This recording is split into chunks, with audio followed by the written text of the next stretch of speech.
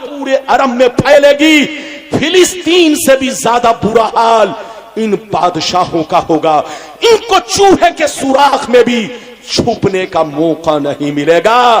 اگر یہ اپنی حالت نہیں بدلے, مسلمان نہیں بنے, توبہ نہیں کیے, عیاشی میں مبتلا رہے, تو ان کو بھی بربادی سے کوئی بچا نہیں سکتا. آج فلسطین کا نمبر ہے, کل ان کا نمبر آئے گا. اگر یہ چاہتے ہیں کہ نمبر نہ آئے, اگر یہ چاہتے ہیں کہ اللہ کے عذاب سے بچے, تو توبہ کرے, مسلمان بن کر رہے, نبی کے راستے پر چلے, یہودیت کا راستہ چھوڑے, نکاح کرے تو مسلمانوں کی بیٹیوں سے نکاح کرے, شادی کرے تو مسلمان کی بچیوں سے نکاح کرے. لیکن آج عرب والے کو مسلمان کی بچی کم پسند آ رہی ہے. آج حال یہ ہو گیا ہے, ان کو یہودی کی بیٹی زیادہ پسند آ رہی ہے, عیسائی کی بیٹی زیادہ پسند آ رہی ہے. یہ پسندگی ان کو برباد کر ڈالے گی. توبہ کرو, ہوش میں آؤ. وہ برباد ہوئے, لیکن آپ کو برباد نہیں ہونا ہے. میں نے جو کچھ بیان کیا ہے یہ قرآن و حدیث کی روشنی میں ایک قرآن کی آیت بھی سناتا ہوں. اجازت ہے؟ قرآن کی آیت بھی سنیے, دھیان سے سنیے. 6واں پارہ رکوع نمبر 12. اللہ تعالیٰ فرماتا ہے, یا ایھا الذین آمنوا لا تتخذوا اليہود والنصارى بعضهم اولیاء بعض ومن یتولہم منکم فانہ منہم. ایمان والو, یہود و نصارہ سے دوستی مت کرو. اللہ فرماتا ہے, ایمان والو, بزنس کرنا ہے بزنس کرو, تجارت کرنی ہے تجارت کرو, اور بولو سودا کرنا ہے سودا کرو, لیکن ان سے دوستی مت رکھنا, ان سے رشتہ مت کرنا.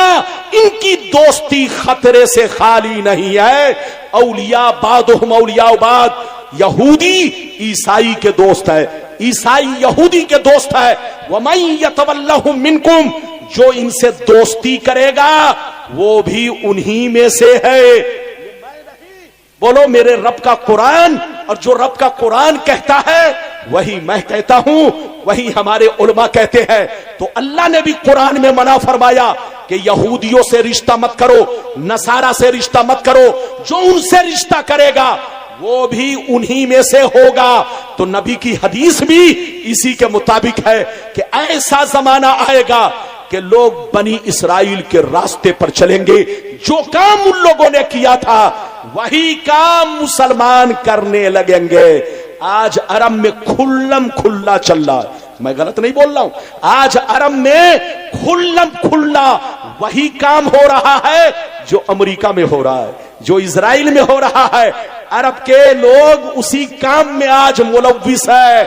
توبہ کرو, ہوش میں آؤ, اللہ سے دعا کرو اللہ ان کو ہدایت دے, سچا پکا مسلمان بنائے. عرب کی مقدس سرزمین کو ان لوگوں نے برباد کر ڈالا.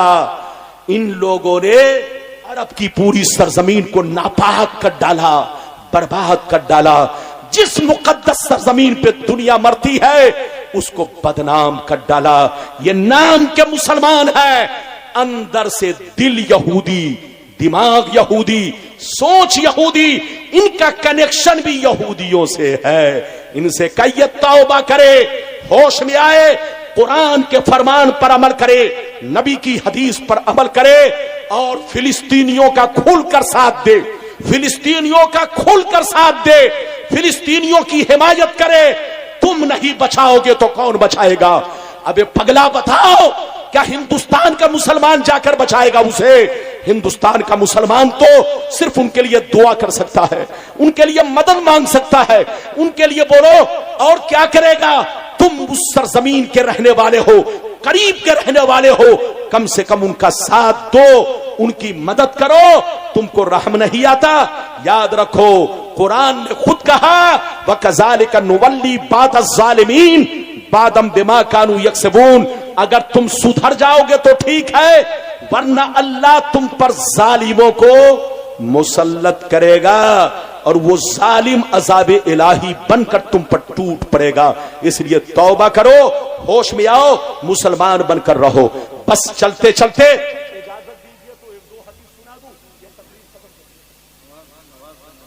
نہیں، زبردستی نہیں.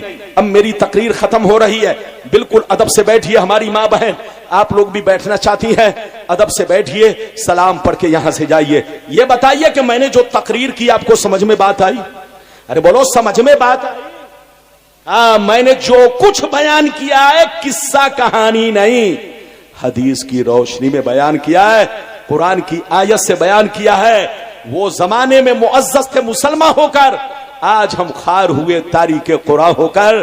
آج بھی ہو جو براہیم سا ایما پیدا، آگ کر سکتی ہے انداز گلستہ پیدا. آج بس چلتے چلتے اب دو حدیث آپ کے سامنے، ایک اپنی ماں بہن کے لیے، ایک اپنے نوجوان بھائیوں کے لیے. اجازت ہے؟ اگر اجازت ہے تو 10 منٹ کی بات ہے، برداشت کر لو. سارا مجمع ہاتھ اٹھا کر بولو سبحان اللہ، اور زور سے بول دو سبحان اللہ، اور زور سے بولو سبحان اللہ. ماشاء اللہ، غور سے سن لو، اللہ اللہ، غور سے سن لو. ان حکیم بن معاویہ، مشکات شریف، کتاب النکاح، جلد ثانی، صفحہ نمبر 283، صفحہ نمبر 283. ان حکیم بن معاویہ رضی اللہ تعالی عنہ قال قلت یا رسول اللہ ما حق زوجت احدنا علی فقال علیہ السلام ان تطعمها اذا طعمت وتكسوها اذا اكتسيت ولا تضرب الوجه ولا تقبي ولا تهجر الا في البيت. زور سے بول دو سبحان اللہ. حدیث بس 10 منٹ میں تقریر ختم. ٹوپی پہنو، جلدی سے پہنو. یہ بتائیے کوئی بات تو نہیں؟ بولیے کوئی بات ختم تو نہیں کرنی؟ 2 حدیث پڑھ دوں، اجازت ہے؟ چونکہ میں نہیں چاہتا کہ دوسرے کا حق مارا جائے، ہمارے شورا بھی موجود ہیں، سب کو آپ سنیں گے. 2 حدیث، چونکہ میں نے آپ سے وعدہ کیا تھا کہ میں آپ کو تو ایک حدیث تو سنا دیا، ایک اور باقی ہے. پہلے مطلب سن لیجئے، مطلب سن لیجئے. ادھر دیکھیے، حضرت حکیم بن معاویہ رضی اللہ تعالیٰ عنہ فرماتے ہیں ایک دفعہ میں نے سرکار سے پوچھا، اے اللہ کے رسول، ہم پر ہماری بیویوں کا حق کیا ہے؟ اے اللہ کے رسول، ہم پر ہماری بیویوں کا حق کیا ہے؟ تو نبی نے کیا کہا؟ غور سے سنیے. نبی نے ارشاد فرمایا، اے حکیم بن معاویہ، تم پر تمہاری بیوی کا حق یہ ہے جتنا اچھا کھانا تم کھاؤ اتنا اچھا کھانا بیوی کو کھلاؤ، جتنا قیمتی کپڑا تم پہنو اتنا قیمتی کپڑا بیوی کو پہناؤ، اور جب غصہ آ جائے تو ان کے چہرے پر تماچا نہ مارو، جب غصہ آ جائے تو ہلکے ہاتھ بدن پر مارو، ہلکے ہاتھ بدن پر مارو. لاٹھی ڈنڈا سے مارنا گناہ ہے، ہلکے ہاتھ بدن پر مارو. جب وہ نافرمانی کرے، جب وہ نافرمانی کرے، غصہ آ جائے تو چہرے پر تماچا نہ مارو، ڈنڈے سے نہ مارو، ڈنڈے سے نہ مارو، ہلکے ہاتھ بدن پر مارو، اور ان کو گالیاں مت دو. ولا تقبح، ان کو گالیاں مت دو، ان کو گالیاں مت دو، ان پر لان تان مت کرو. آگے سنیے، نبی فرماتے ہیں اور جب غصہ انتہا کو پہنچ جائے، جب غصہ انتہا کو پہنچ جائے تو 3 طلاقیں ایک ساتھ نہ دو.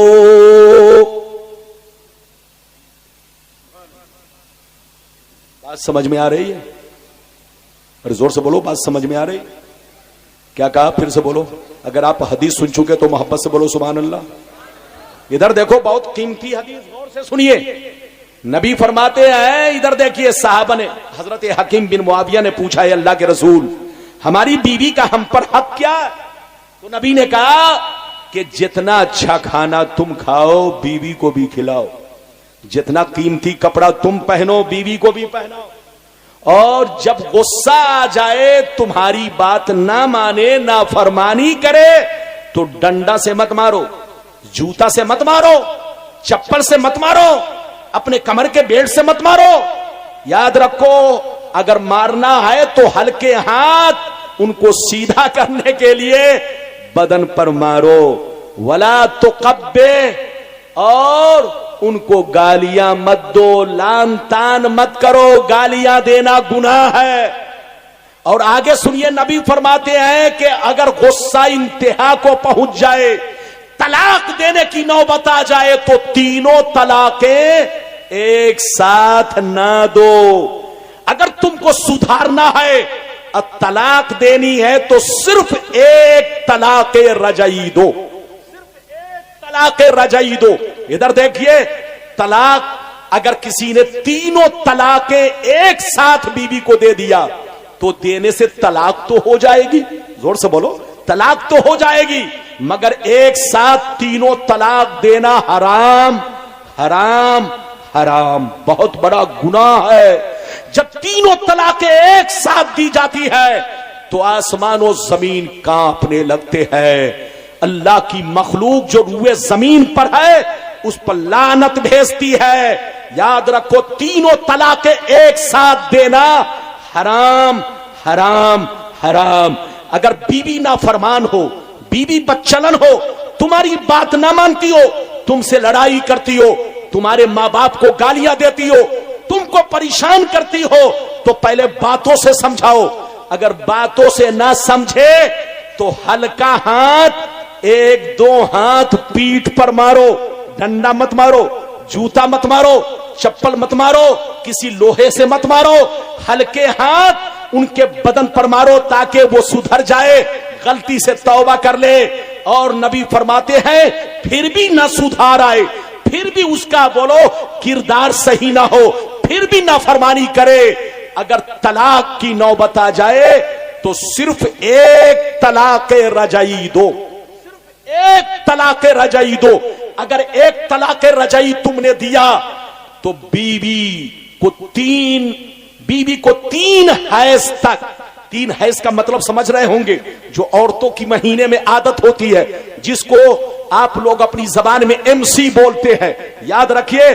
تو اگر کسی نے اپنی بیوی کو ایک طلاق دیا تو ایک طلاق میں کتنا اچھا موقع، کتنا سندر موقع ہے۔ تین طلاق دینے کی کوئی ضرورت نہیں ہے۔ آپ گناہ کیوں کر رہے ہو؟ تینوں طلاق آج کے جوان چھوکرے اپنی بیوی کو تینوں طلاق ایک مرتبہ دے دیتے ہیں، گناہ میں بھی ملوث ہوتے ہیں اور بعد میں افسوس ظاہر کرتے ہیں۔ اگر نبی کے راستے پر چلتے تو بعد میں تمہیں افسوس نہ ہوتا۔ نبی نے فرمایا تینوں طلاق ایک ساتھ مت دو۔